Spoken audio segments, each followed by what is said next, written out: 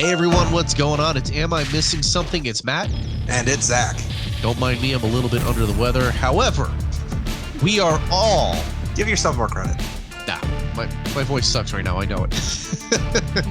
And thank you for listening, because this is going to be us rambling for a bit. It's Am I Missing Something? Of course, it is our show where we talk about literally anything and everything that we may or may not understand. But we are all today, I think, very pleasantly surprised. After Thanksgiving, we get news of the brand new Metallica, not only single, not only album, but world tour to go along with the new album, 72 Seasons. Now, before we get into what we're actually going to really dive into in this episode, let's just break down a little bit the news that Metallica released. They are releasing a new album April 14th, 2023. I mean, holy cow, like, that's what? I can't do math right now. 5 months away? It's too far away. That's all you far need to away. know. I'm like struggling to think of what's going to happen in January, let alone, like, it's crazy. I thought you were lying this morning. I'm not going to lie. Well, and then, it's funny because Lars Ulrich did an interview of Howard Stern this morning where he's like, that was the first kind of like breaking news. And he was like, I cannot believe it didn't get leaked because they made this album during the COVID lockdown. And I'm sure I've tinkered with it even once the lockdown became unlocked, however you want to say it. So it's obviously been, this is basically Metallica's pandemic album. And the fact that they haven't even like made any clues that like, yeah, we're making good progress on it. Because really the last time I think anyone from the band had talked about new music from Metallica was how they were having difficulties doing it remotely. That as much money as they were putting into technology, it just wasn't working. Technology. Yeah. Story of our lives. So that already alone is a big deal that they released a new song, which later in the episode, we'll give you our initial thoughts on the new single.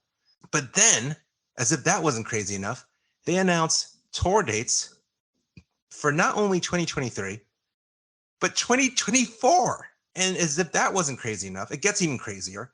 The way that they're doing this is basically they're dedicating weekends to a city. They're doing 2 nights in a single city, spread out through America, Canada, Mexico, and Europe, and I'm sure I'm forgetting some countries as well.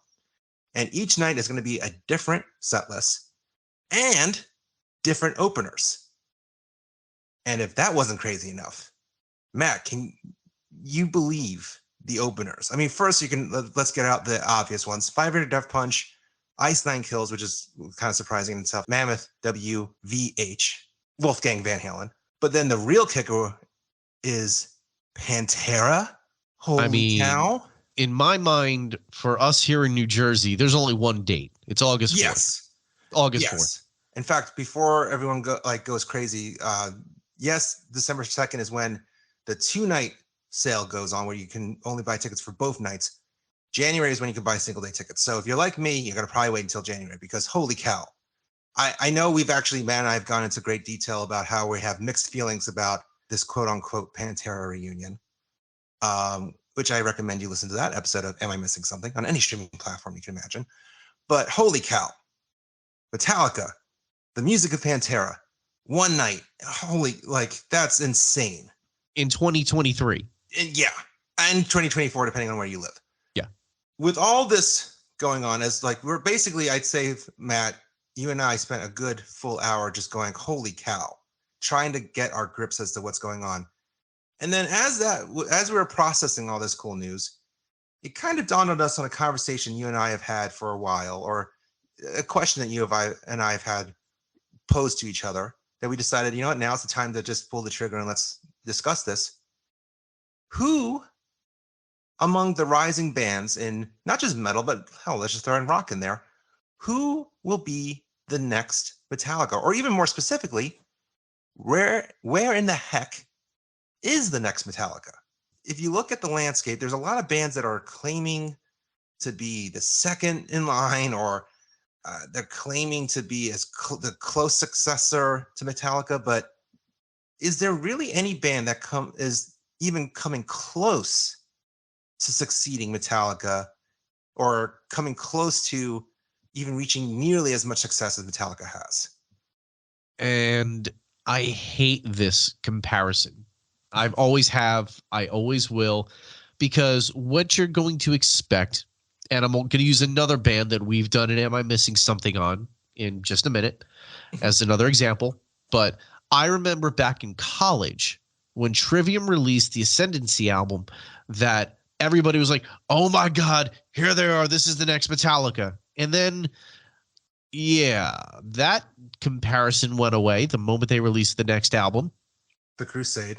Yep. An album, So, and we love Trivium. We've talked to Paulo, but I think it's fair to say that they're still recovering from that album, and even they'll admit that to a certain degree. So I hate when people compare bands and say they're the next Metallica or they're the next Led Zeppelin, because you got to throw Greta Van Fleet into this argument because everybody's like, oh my God, they're the next Led Zeppelin. Who, by the way, are opening for Metallica on this tour on a few of the international dates too. It's how ironic. It's weird that people. It's actually, I shouldn't say that it's weird. It's interesting that people draw these comparisons and they say that they're the next this, they're the next that. How about they're just the next big rock band or the next big metal band? Because while there are comparisons, the bands are going to grow and they're going to go in a different direction. Like, and I'm going to say this when we talk about the new song Lux Eternal in a little bit. Thank you for teaching us how to pronounce it. Lux Eterna. Excuse me, not Eternal. Eterna. That's me. I'm the one who messes up titles, not you. That's all right. But bands are going to grow. Bands are going to, come in with, a very influenced sound on who they loved, and idolized while they were writing their first record. Metallica did it. Everybody does it. And, once you start getting away from your influences more and more and you start to branch out into your own thing, you're going to sound like who you really should sound like. Like, I think Trivium really kind of came into their own on why am I blanking on the name of this one? Honestly, I would say almost every album after the Crusade, they've done a great job at leveling up, I should say. But I do want to just pause for your thought for a second, because while I agree it's unfair to be like, oh, who's going to sound like the next Metallica? I'm even more so thinking of, forget even sound. It's been 30 plus years since the Black Album skyrocketed Metallica into the mega stardom starlets that they are. And I would dare say that forget sound, forget even appearance, there hasn't been a band in the past 10 plus years, maybe even more, who are, I don't even want to say as heavy as Metallica, but even just like from a rock perspective, who've been able to become such, let's just say heavy rock, who have been able to make an event out of their album releases, who've been able to headline stadium tours, not even arenas, stadium tours. And even when you talk about arenas, very few bands have been able to pack arenas like they have. And if you look at the list of bands, very few have come kind of short to that experience. And I guess before we even go into who, where are they and who are they, I mean, I kind of want to even just examine as to why it's taken this long to find that next huge success story. Okay. So just to go back to the Trivium thought real quick, the album that I was thinking of before was Shogun. So great album. I think that's where they came into their own. Matt and his Asian heritage kind of really influenced that album, and it felt like this is who Trivium is meant to be. And you can feel that flavor in other albums from there forward. So let's just round that out. Now, talking about the stadium piece, I think this is where the way that music is handled nowadays is really detrimental. Or maybe not detrimental, but just very different from the way it used to be, right? I think about when Metallica came out and think about what the 80s and the 90s of music was like. You had very limited access to music, and you had very specific things that the labels were pushing, and they were trying to see what would hit and what would stick. And it was very clear what hit and what stuck based on sales. So obviously, with Metallica being as popular as they were, they got blown up to the moon and they started doing stadiums and everything. Now, fast forward, what, 30 years, 20, 30 years? And you have vast arrays of music everywhere. Like you can go on YouTube and type in one word and get, I'm sure, like 20 different artists that you can listen to. We have streaming services that gives us millions upon millions of songs that you can listen to with a click of a button, right? So with the thinning out of the herd, literally the thinning out, because you have so much in front of you, it's hard to say what's big and what's not, because everybody has the ability to listen to everything. And I think the record labels, with let's call a spade here, with their taking a big hit with the streaming thing, I think the money like coming in isn't as much as it used to be. Plus, it's harder to find out what's going to be big unless it's like very blatant, like I know I'm gonna date myself with this one, but like Gangnam Style, the last time that like that blew up, like everybody knew that song, everybody was watching it on YouTube, hit 1 billion views faster than anything else on the internet. And it's like, well, okay, that's clearly a hit, but now it's harder to figure out what's going to be a hit and what's not. So they don't want to put the money into it, which means they don't want to do the bigger stadium shows unless there's a lot of bands that are going to commit to it, which is why the festivals are so big, right? So, I think that's kind of a testament to, just the times that we're in. It's, you don't go to a store and buy music anymore. You go online, you stream it, you feel out what you like and what you don't, and you can do that very easily now instead of spending $15 to $20 on a CD. So that's just my 2 cents. I could be completely wrong, but that's what it feels like. You kind of touched on also about the idea that labels don't want to make the investment. So there was an article that came out earlier this year via The Atlantic called "Is Old Music Killing New Music?" And I mean, it's a great read. If you can find it, it's worth checking out. But I think one point that kind of struck me is basically highlighting how the music industry in general has always gotten in its own way from being successful. Like a lot of Fortune 500 companies, they just keep yelling, no, the old way, it's safe. It's a safe bet. That's the way to do it. Even when they have proof in front of their eyes that no, you're losing money by doing this when you could be doing X, Y, and Z instead. They're just old dinosaurs who are just stuck in their own ways. You kind of look at how even with Napster, they were so gung-ho about destroying Napster when there was actually opportunities for them to benefit from it. And they spent not only millions of dollars suing and trying to take it down, but they even televised the destruction of Napster to the point that a lot of computer geeks were like, wait, that's all Napster is? I can create that in my own basement. They just basically exposed the blueprint to destroy the music industry. And they ended up kicking themselves in the face by doing that. So I think it kind of maybe is maybe they're not willing to invest in new artists because they just are too scared because they're so stubborn and they think, nope, this is the old way and this is how it's going to work. Well, that's also like with radio, right? Like you're giving away music and you're getting to listen to this music, but they're only pushing the things that they think are successful, right? Yeah. Which is, let's cram Def Leppard down your throat, or let's cram the new Nickelback down your throat until you're sick and tired of it, because that's what's going to make you want to listen to it, and that's what's going to make you go to the shows. No, that's not the case anymore because people have a choice. Yeah.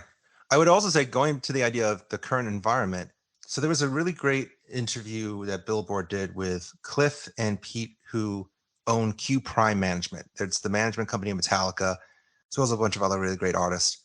And they were just talking about, and this was done in 2016. So mind you, this is already more than 5 years ago, but they were highlighting how a lot of issues that they were dealing with touring, because their point was, their mind frame is that they want to make sure that their artists play the biggest venues possible, even if that means not selling out, because playing the biggest venues possible, even if you only sell out 75%, is still better than selling out a smaller venue. But they were talking about the problem, though, is that, and I think they still manage Muse, but at the time they did, they used the example of how the last tour that Muse did at that point in the interview, that tour had already been booked almost 2 years in advance, even before the band knew what their album plans were.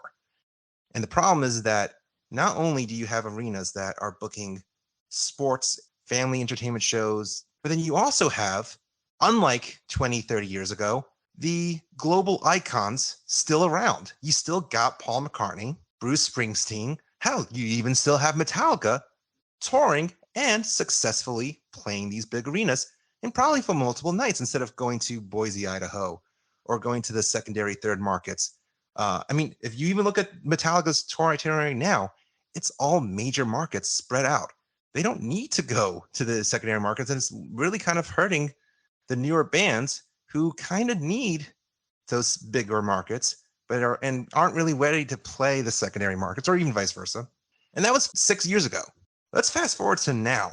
You still got all those artists I just mentioned. They just finished touring, or they're about to go back on the road. I mean, hell, even Billy Joel is on his umpteenth Madison Square Garden residency. Going back to the choices of fans are finding out, not only is there some great music from the past, but they're still around. I mean, even Elton John, who's finally wrapping up his tour, he just played his final US show. I mean, he'd been doing it for so long. I mean, he's a legend who has decades of music, and you could still, for the longest time until recently, see him live. So that's taking up a lot of space for these newer, future, quote unquote, future Metallicas or quote unquote future legendary artists who can't even get a venue booked because the icons before them that influenced them are playing right now. It's a crowded market, and that it was already crowded 10 years ago. And now it's even more crowded when you have a million bands who are finally feeling comfortable. Either they're feeling comfortable to go out on tour, and they're like, you know what? We got to do it now. We have to pull the trigger. We've waited too long. After 2.5 years of not touring, we need to get that bank account full again. Maybe we're not seeing some of the next generation play these big arenas because they just haven't been able to book the venue. Maybe. Also, if the bank account's not full, I'm sure that there's a pretty penny on the startup fee to get out on the road, you know? Go back to Bruce can definitely afford to kick the tour up again. Oh, Bands please. Let's not even go into Bruce at this point. What is that? $5,000 a ticket. Come on. We can discuss the craziness of Ticketmaster another time, but I think a good example of Anthrax. At this point, they're a legendary thrash metal band. They're great. I mean, they're of course not in the place that they can play arenas, but definitely pack theaters. They had to cancel your European tour because it was too expensive. Right. So that's even limiting their options to go across, like from where they can tour, and now they're kind of stuck in America and just playing the same venues. So I mean, yeah, to your point, it's definitely more expensive, and maybe it's even more expensive for the newer bands to even hit the road, let alone book venues. It's a crazy time for touring acts, and I mean, it was already hard for rising bands to try to get that limelight, and I gotta believe it's even harder now. Oh, absolutely. I don't disagree with that at all. And with everybody and their mother being able to make and put out music without a label or trying to get signed to a label, you know, everything gets kind of washed in the noise, you know, and you've got to be something special now to, well, this kind of goes two ways. You really have to either be special, or the labels have to just be like, all right, this is popular, so you, and you all sound like this. Let's go ahead and put you out there too, and let's see what sticks. So, you know, I honestly believe that we might be getting to a point where we're going to start seeing more and more artists go out on their own and just try to make it on their own, and maybe not do like this touring stuff. And maybe the touring stuff is, you know, quote, for the dinosaurs at this point. Because think of it this way too, like I just mentioned with the Bruce thing, it's getting expensive even for us to go watch a show. Like I want to go see Metallica, but I'm cringing at what these tickets are going to cost. Oh, I am too. I'm thinking like section 300, section 400 seats are probably going to be about 150, 200. Oh, that's before fees. Correct. Yeah, I think it's going to be 300 when all said and done. Unfortunately. But to your point about whether, you know, touring will become obsolete, unfortunately, probably not, only because for a lot of these bands, even though it's a loss of money, it's kind of the only way they can make money now, because literally, if you look at everything, I mean, they get nothing from streaming. They can't rely on that anymore. Well, maybe hear me out. And I really think that my wife was onto something, because when we were in lockdown, TSO, the Trans-Siberian Orchestra, they did their streaming things, and it was like $30 for the holiday show. Great. $30. And we got to sit on our comfortable couch. We got to drink reasonably priced beer. We got to go to the bathroom with no line, and we watched the show. It was a great time, and we were already home. We'd have to commute. I would say that if that really was going to be the way of the future, it would have already happened, and would have made people would not be going back into concerts in droves. I think our past Am I Missing Something episode about the return of concerts is definitely a time capsule part, only in that, like, it's clear that people want to go back to shows. I also think, unfortunately, for better or worse, the industry that I mentioned is stuck in their old ways. Right. Would never allow that to happen, because the amount of money that is lost, corporate America won't let that happen, because the amount of money lost from that beer that you didn't purchase, from the parking lot that you didn't pay for, is astronomical. Right before I went to college, I got to do like a 2-day summer program at Berkeley in Boston, the music college there. It was about music business, just kind of giving you like a one-on-one course about the music business. And one of the lessons I took from that still rings to my mind is the case example of an arena that packs 15,000, let's say, books a band that they know will only sell half of those tickets. Why would they even bother booking that band if they know it's not even going to come close to selling out? Well, it's because there's got to be something on stage when a basketball game isn't happening, and hell, they'll make money from parking. They got to get rid of that food inventory that they have. They got to sell some beer when there's not a basketball or a hockey game going on. It's going to be painful for the artist, but there's just too much money at risk by going virtual. I think it's also, and from a fan perspective, I think it's clear that the fans, like, I think I've only paid for one virtual concert. And it was 311, and it was literally just them in their studio performing. Oh God, why am I blanking on the album? It's From Chaos. Of Amber. Yeah, from Chaos. From Chaos, and we paid for that, and I would say it was fun, but like, I'm not gonna do that for every freaking band. Like, that was the only time we paid for it, and I'd say that's fine. And I think that there's a time and a place for it, and I do think that if they really wanted to try and, make this as like the alternative, not alternative, but like in supplementation to touring, like, you could still tour, but then you can do this, and this would help, the times that you don't want to be on the road. Because let's face it, it's rough on the road, right? Like, I mean, for me, just commuting like for a couple of days, I don't want to do it, let alone be on the road for 6 months, a year, 2 years. It's hard. Even when you have people planning everything for you, it's difficult.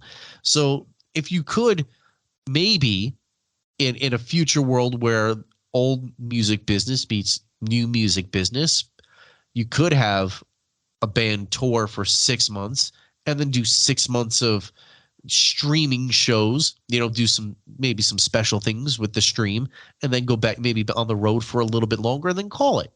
But now, going back to the theme of this episode, I don't think that would be enough to create the next Metallica. And when I say next Metallica, I mean the next global behemoth of a band. I don't think streaming is going to be, because that just gets lost in the cloud as well. I mean, it's some of it kind of going back to going back to the question of, will we ever see a band as huge and ginormous as Metallica? If that's the future that you foresee in the music industry, then I don't think we'll ever see another Metallica then. I think you will, because people have been discovered like that. I mean, I hate to bring these types of names into it, but like, look at like Justin Bieber. Where was he found? He was found on YouTube. Yeah, but he didn't just skyrocket there was a lot of industry money once they realized, you know what, there could be something onto here. But then he became a global icon off of YouTube. It wasn't just because of off of YouTube. It was because they promoted the hell out of Baby. because they found him on YouTube and then they took him and manufactured. To say that YouTube made him, maybe it discovered him, maybe it introduced him to some record labels who actually listened to young girls and knew what they wanted. It didn't get him into the stadium lifestyle or stadium world that you think. There is a lot of record label money that went into that. A lot of record. That was not. We'll nothing see. about that. Nothing about that was organic. But then to kind of but then that's also a pop example. I mean, does rock, hard rock, heavy rock, metal, is there even a chance for that genre to get to that level again? No. If you want me to be honest, no. Do you think there's a band that's close? Because I can think of only one currently, and they're not even that new, who is close to reaching Metallica status. The closest I could probably think of, you've already mentioned in Muse, but I was going to say, I think even more on the extreme side, Slipknot. And it's different in that they don't have a song like Enter Sandman that's playing sporting events. Correct. But they are a band that can literally sell out amphitheaters, not just fill it, sell out amphitheaters. They are in any market, not just the Midwest. And I'm going to get to an example of two bands that think they are the next Metallica. And I want a cruel wake up call that they're not. Sorry. But like they can sell out amphitheaters in any market, Slipknot. They can even come close to jam packing Madison Square Garden. And they've got a hell of a loyal following. They've also been able to kind of cross over into national TV because of their unique appearance and gimmicks and everything. And with the only exception being their last album, The End So Far, which if you listen to a past episode of 2 Minutes to Review, you'll understand what I'm talking about. With the exception of that album, every release that they've come out with was an event. Just the announcement just overcame the entire internet, social media, all the blogs and everything just stopped to talk about a new Slipknot album. And to the point that, and actually this kind of goes into, when we talked about why the last album didn't feel so much the same kind of event in the past albums, once they're off Roadrunner Records, and let's be real, once they start their own label, they're going to start their own label, and it's going to kind of just solidify how they are at a different level than the rest of the bands. So I would say Slipknot. And I know you mentioned Muse, but I feel like that's even a little different. And I don't even know why. I can't even give you a legit reason as to why. Well, because it's not metal, right? Well, I don't even think if you ask the Grammys, they're metal. Well, if you ask the Grammys, like Britney Spears is now metal.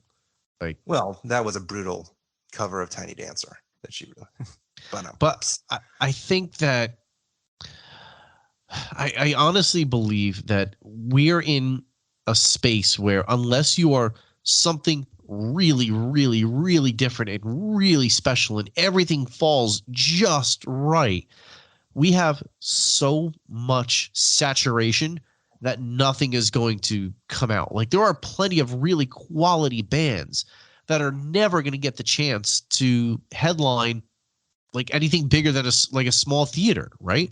Let's think of like Breaking Benjamin, for example.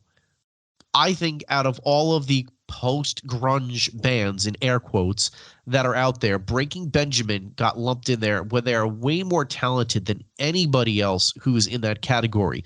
Only other band in my mind like that comes close is Chevelle. And both of those bands, you could put them on a bill, they'll maybe sell out a small theater, and that's it. Well, it's funny you mention that because Breaking Benjamin are the band that whenever they come out with a new album and they do extremely well in the charts and in album sales, you're surprised because, to your point, if it's just them on the bill, they'll be lucky to sell out a 1,500 capacity theater in the Northeast. Whereas if they want to play amphitheaters, for example, the last tour they did, they had to co-headline with Alice in Chains. And I don't know if you kept getting emails offering discounted tickets for those shows, but that's a hell of a bill. And if I didn't have to be more selective of shows just because I have toddlers now, I probably would have gone to that show. I think that's a great example. And I think that kind of leads me to the next kind of question. And this is where I also want to kind of bring up examples of bands who need a reality check here. What perimeters do you need to set to be the next Metallica? And I can think of two. The first being when you release an album Not only does it sell well, but it's an event. There's buzz behind it just from the announcement. And then second, more importantly, what venues are you able to both play in and fill? Now, I don't want to say sell out because I think it's, all going on with Ticketmaster and the bots. It's kind of hard to determine what is a true sellout show versus a sold out show versus just scammers buying it out. If you can play a huge venue like Madison Square Garden and also play a huge arena in the Midwest, you're close. And the reason why I say that is because two bands that keep acting like they're the next Metallica, Avenged Sevenfold and Five Finger Death Punch, I like one of those bands. They do great numbers in the Midwest, but then they come up Northeast and maybe they end up playing a certain venue that has whether it's a PNC, like let's throw this out here, PNC Bank Arts Center. Maybe they can play that venue, but they're definitely struggling to get tickets sold. They could never play an arena on their own. No. In the Northeast. And to me, that's a huge tell. And that's what differentiates Slipknot from them. Slipknot could, just with them being the big name on the bill, could pack an arena in every region in the North America. Well, the one other thing that I would say to your point about what is a requirement, I also think that the coverage of, and this might go to your point of it being an event, but you just mentioned that the album release is an event. I would think that the whole time from when you announce it up until the release, it feels special. Now, what I mean by that is it's not just, hey, a new album's coming out. Okay, great. Awesome. Excited for 2 seconds. All right, move on with my day. But I'm looking for the articles, like to talk about maybe a little bit more that somebody else got in an interview with somebody. Like, I remember when Metallica put out when they were getting ready to do Death Magnetic, they had the articles come out about the production, and the producers were talking about the production of the album, not even the songs, the production of the album, because it got leaked that, oh, this album is way overproduced. Well, what do you mean by way overproduced? Well, I remember when I got the MP3 file from such and such that it was already crushed down to negative 0.1 dB, and then they wanted me to do some more work on it. So I did X, Y, and Z things, and I managed to make it sound a little bit better, but then they wanted it louder, so I had to turn it up, and then we did, stuff like that, like the nerdy stuff. Like, you can find the articles and people will read the articles because it's that band, it's that album, it's something special. So I think it's not just the release, it's the whole time in between. Like, the marketing for the album has to make people care more. And not even just the marketing, because the band will always do the marketing, but it's the entire coverage makes it like, because you're that band. The coverage makes your album release that thing. Even just the amount and type of coverage the day of, like Metallica announced 72 seasons in the tour. Not only did every metal website and rock website announce the album and song, but it also got picked up by Howard Stern, national publications that don't typically cover heavy music. And on top of that, I mean, I can't even count how many articles that Loudwire, Metal Injection, Revolver, how many articles they did about the news.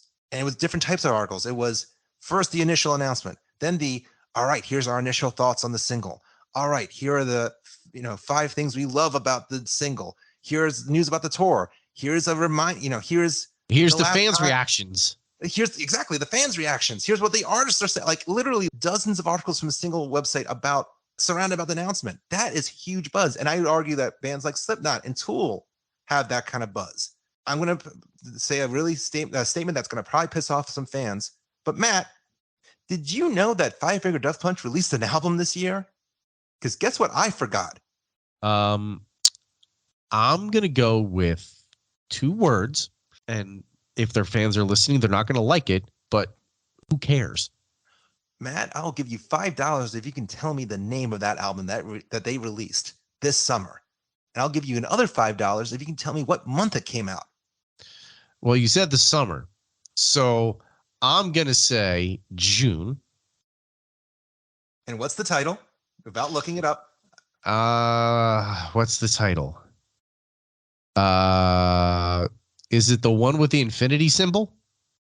I don't even know what the frick you're talking about. And no, I know what you're talking about. And no, Matt, Okay. I owe you $0. The album was called Afterlife, and it came out in August. Thanks for joining us for another game of Zach doesn't owe Matt any money because he failed at a game. Working title. Wait a second. Hold on. Is this a cover album? No. Oh, okay. So it just so happens that they have a song on here that's the same thing as a Foo Fighters song. Yeah, of course that's just a coincidence. Please, you think they really took the time to cover? Actually, I don't know. Maybe that's a cover. I don't freaking know. Who cares? As you said.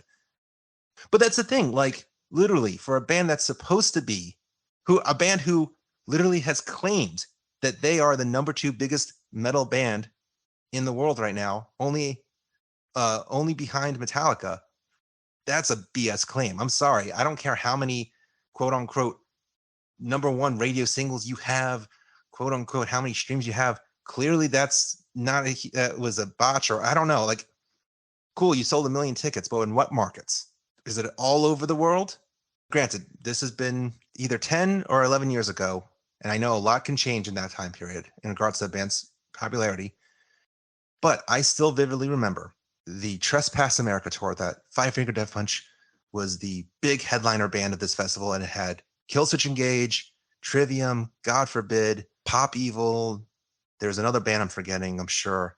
But it was supposed to be this big touring festival with Five Finger that really kind of helped solidify Five Finger Death Punch as the big headlining band. And remember how I told you that arenas will book bands even if they know that they can only sell half of the tickets? Well, I heard through the grapevine day of, and basically because I was interviewing bands for Metal Insider during that tour. And I mean, first the bands, you can tell in their face, they're like, yeah, the crowds haven't been that great on this tour. Like in regards to like the amount of people coming to this tour. But I heard through the grapevine that they were close to canceling that show, a Saturday evening show in Newark, New Jersey at the Prudential Center. Prime location on a Saturday evening. They were close to canceling it, and the only reason why they didn't was because Five Finger Death Punch threatened to never work with a promoter again. When you can't even sell half of an arena, granted, I'm assuming they couldn't sell half, but knowing just, what it takes to book an arena, if you were threatening to get a show canceled arena because of low attendance, then you did really bad. I get it. New York is a tricky market because it's so popular and big and everyone goes there. That's not it. I'm looping in Newark, New Jersey as part of the New York market. But that's BS. A Saturday evening show? Hell, a Saturday show because it's a festival. You couldn't freaking sell out half of it? Sorry, you don't have the drawing. It's no. I mean, as much as we like to think that there are a lot of bros driving jacked up pickup trucks and drinking Monster Energy drink, there's not that many in this area. So that's probably why they didn't sell that many tickets. By the way, we're from New Jersey, in case you couldn't tell. Yeah. In case you couldn't tell from our obnoxiousness. I also think that it doesn't help that we don't push metal at all up here or anything even close. So, I mean, the exposure is limited. I'll say that. It's definitely limited. I mean, you could make the argument that we are a hub for a lot of national publications. I mean, we're a hub for a lot of national publications, both in radio and in print and online media. But yeah, when it comes to I admit it's a trickier market. But our music is sterilized here. Let's just call a spade a spade. It's all the same. Yeah, but then even more further proves that if you can make it in the Northeast, you can make it anywhere. Yeah. Like, I think a little Mr. Sinatra had said that once. And vice versa, though. You could be a huge hit in the Northeast, but if you struggle in the Midwest, in the secondary markets, then that's also, to me, a sign that, like, all right, you're doing great in a certain region, but you're not the global phenomenon that is known as Metallica. And I think just if you look at the list of concerts, and it's telling as to who's still playing arenas versus who's playing the amphitheaters and having those Groupon deals for lawn seats. And who's doing strictly the greatest hits. Yeah. But, to wrap up this conversation, I don't know unless if you had some more thoughts on this. We teased you with that we'd share our thoughts on the new Metallica song. Yep. Matt, what were your initial thoughts on the new Metallica song that I'm not even going to try to say out loud the title of. Lux Eterna. Lux Eterna. Yeah. I was getting, at first I'm like, ooh, look at Metallica trying to get all toolish. Yeah, I know. That was the first thing I thought. I'm like, interesting. They went down that road. Okay. Someone likes that, Nima. So I'm going to come right out and say it. I think this fits right in an early Metallica catalog, minus the production. I think that this is a very much a modern Metallica album with the old school flair that I think a lot of people missed. And from the reaction, because I read the articles, I took my lunch hour today, read the articles, and it was exactly what I thought. Everybody seems to think that this is like old school Metallica or with an old school feel. And I couldn't agree any more than with what everybody's saying. And even my wife said it, and she likes and knows Metallica, but she's not like hardcore into it by any stretch of the imagination. She said that this sounds like old school Metallica. I'm like, holy shit, that came out of your mouth? Damn, they did a good job. I think the only... Oh, go ahead, sorry. And I will say this. I am pleasantly surprised by the artwork. It may be controversial because it's like it looks like a nursery and stuff all around the crib and whatnot. I'm not even talking about that. I'm talking about the colors. I was actually thinking that too. I actually like the design of it, but I was like, whoa, this is fun to see Metallica change up the colors a little bit. Way different. All right. This is like Bush did their one album in like this yellow and the darker yellow colors, and there's just something about this color combination that really works, in my opinion. After the last two albums have been like white covers with some designs on them, something yellow that just pops off the page. Love it. So just that, I agree on the old school Kill 'Em All vibe of this song with a Black Album production esque to it. The only thing I will add, and I say this as a compliment, not as a diss, but this is the best Judas Priest song that Judas Priest never released. I almost feel like James is trying to sound like rock. Like it almost feels like the Kill 'Em All era band trying to cover a Judas Priest song. I do wish that the drums didn't sound so much like Motorhead's Overkill. Granted, maybe they'll end up owing Motorhead money, and I'm all for Motorhead getting money. I didn't get that. You know what I got with the drums? I got when they did the cover of Bread Fan on Garage Inc. I initially thought that, and also getting some Motor Breath vibes from it. But the more I listen to it, I'm like, yeah, that drum beats Overkill. No pun intended. Again, this is a compliment. I think it's an awesome song of Metallica trying to sound like Judas Priest, and that's not a diss. It's clear who Metallica's influences are. I think it's an awesome nod to them and to the new wave of British heavy metal sound, which again, they'll be the first to say. That's exactly what this is. Yep. I can hear all their influences. And this is going back to what we said earlier. When you come out, you ode to your influences, right? Yeah. Who influenced them in the beginning? Motorhead and Iron Maiden and all of them. And again, that's not a diss. It's not. It's a fact. It's what it sounds like. What we love about Metallica, and that they are constantly paying homage to their roots and influences. So if anything, it's made me just as, if not more, excited to hear the rest of the album. Which I'm looking for the next single. Dare I say, stay tuned for April 2023 when we give our review of Metallica's 72 Seasons. Oh man, we're actually doing that? Yeah, probably. We probably should, right? Maybe. Considering we're doing this whole episode about this. Let us know if you think we should review Metallica's 72 Seasons. Also, let us know if you agree with anything we just covered in this episode, whether you completely disagree. Also, let us know who you think, if there ever will be a next Metallica, if you think there already is a band that is primed and groomed and ready to become the next heir to Metallica. Let us know in our comments section on any platform you can imagine. Facebook, Twitter, Instagram, @Epic Footnote. Also subscribe to our YouTube channel to hear more episodes like this, as well as a ton of other episodes where we talk about Metallica, maybe a little too much. We love Metallica. And thank you to Lucky 13 Beard Co. Make sure if you got a beard or you know somebody who has a beard this holiday season, make sure that you log on to Lucky13, beardco.com, and you go in there and you test out any other amazing beard bombs or oils.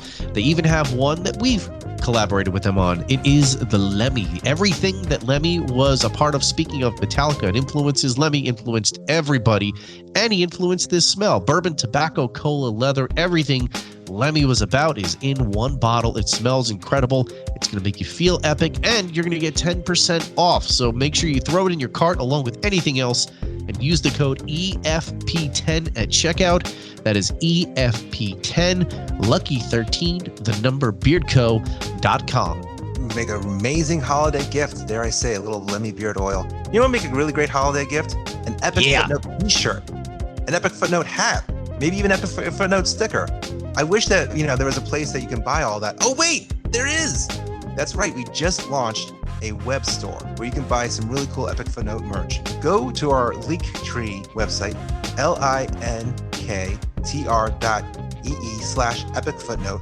You'll get a direct link to where you can buy some really cool Epic Footnote merch. Again, great holiday gift. Just saying that, just throwing that out there. Don't want to, influence you too hard. But thank you so much for listening, and we hope you join us for another episode real soon. Oh yeah.